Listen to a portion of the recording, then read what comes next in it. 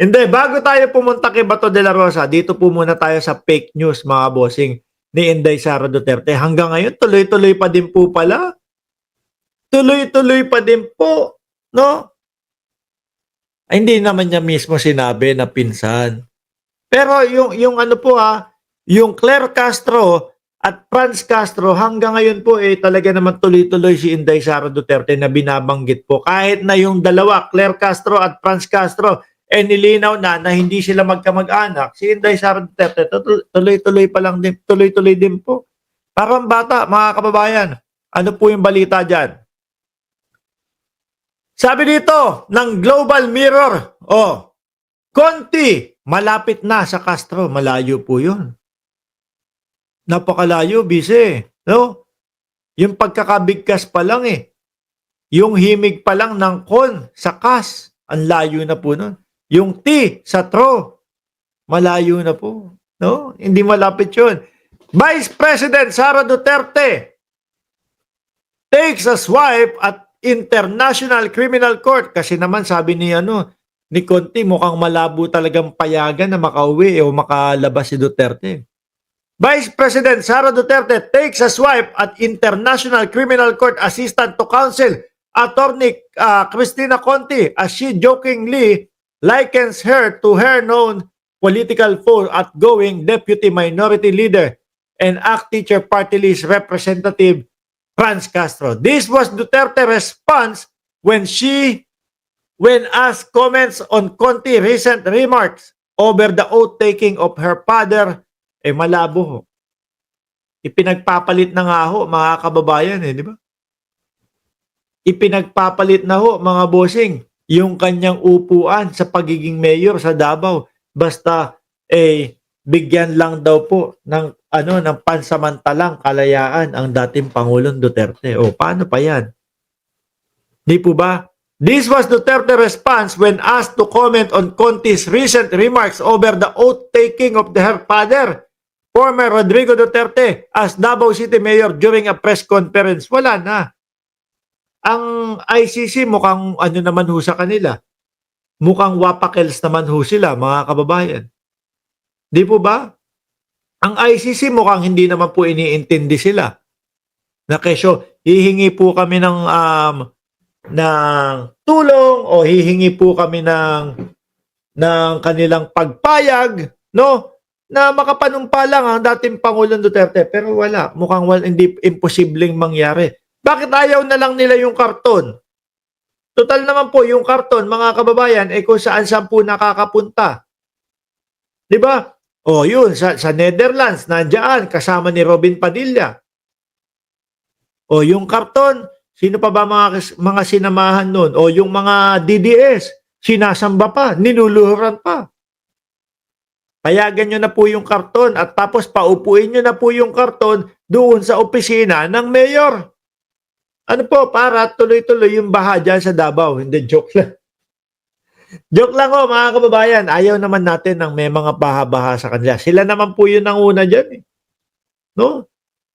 Sila po yung mga nanguna dyan. Biruin mo, nung bumaha sa Naga, wala daw kwenta si BBM. Ninakaw daw yung pondo ng bayan. Ninakaw daw yung pampagawa o yung para daw po sa flood control. Di ba, Angela Hero, nandiyan ka pala? Tapos, ayun, nung tumakbo si Duterte 2016, sa Davao daw ho, napakaganda. Sa Davao daw ho, wala kang makikitang mga kuryenteng sala-salabat. Ano po yung mga nakikita natin ngayon? Ang dami. Tapos, ito, baha pa. Di po ba? Karton na lang po, panumpain nila. Di ba? Total naman, yung picture ni dating Pangulong Duterte, kung di nakaganon, o kung ano man yung itsura, nakaganyan, itaas lang yung kamay. Yun ay kung papayagan. Di po ba? Yun ay kung papayagan. Ito sabi ng Vice Presidente, ang Conti malapit na sa Castro, no? Papunta na siya doon. Magkamali ka lang ng spelling Castro. Spelling na Castro na yung Conti na yan. Parang ang naman. Parang ambadoy naman. Parang hindi naman nakakatawa yung joke na Sorry, Vice Hindi ho ako natawa, madam, eh, sorry na po. Oh, inalis ko na kayo, 'no, medyo corny po. Ngayon dito tayo mga bossing. De La Rosa na peke ang post. Nagrereklamo si Bato de la Rosa, mga kababayan. No? Kasi naman nahuli siya eh. O nagpapakalat ng peking AI, nagpapakalat na meron daw po silang supporter na mga kabataan na ayaw matuloy yung impeachment ni Inday Sara Duterte. O pakinggan ho natin ito.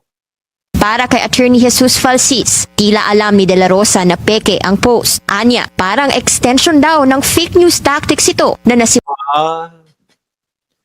Parang alam na fake news yung post. Kasi naman may makita mo, o tingnan nyo, may tok-tok. O tapos yung badge ng bata parang Thailand. parang extension daw ng fake Ano yun? Wealthy. news tactics O ayan, o tingnan mo naman yung mga badge. Kitang-kita, visible naman ho, mga kababayan. Tapos ni-repost ni Bato de la Rosa. Kumbaga, naniniwala ho kayo, mga bossing, ang gusto talaga nilang mapamukha sa mamamayang Pilipino, eh merong mga kabataan na sumusuporta sa kanila. Merong mga kabataan na ayaw matuloy yung impeachment ni Inday Sara Duterte at eto, yung mga kabataan na yun. Wala naman po. Siguro wala talaga silang makuha sa Gen Z na i-interviewin. Kaya ang ginawa, dinaan na lang ho sa AI, mga kababayan. Tignan mo, pang Thailand dyan eh. Di ba? Naku, wag po kayong gagaya kay Bato de la Rosa. Hindi po marunong tumingin kung AI o hindi. Or baka, sabi nga po ni attorney, baka sinadya. No? Kung gano'n, kung sinadya, fake news peddler din. Sabi ni Jeneline Pajarillo, sinadya po nila, malamang po sila din ang nagpagawa niyan. Sanay ang mga Duterte magpalaganap ng fake news. Sabi ni Angela Hero, basta DDS, fake news. Di ba? Yun kasi ang gusto nilang burahin sa mamamayang Pilipino, sa utak ng mamamayang Pilipino, na tingnan nyo kalahati ng sambayanan natin, ayaw matuloy yung impeachment ni Inday Sara. Kaya sila gumagawa ng mga ganyan. Kaya nagpapalaganap sila ng mga ganyan. ito na nasimulan noong 2016. Ang pagsisimula ng Ako, 2016, puro fake news din pala ang mga inaano. Diba? Mga pinapakalat. Nadali tayo na, nako doon sa Baguio, wala kayong makikita na mga kuryente na nasa itaas. Lahat nasa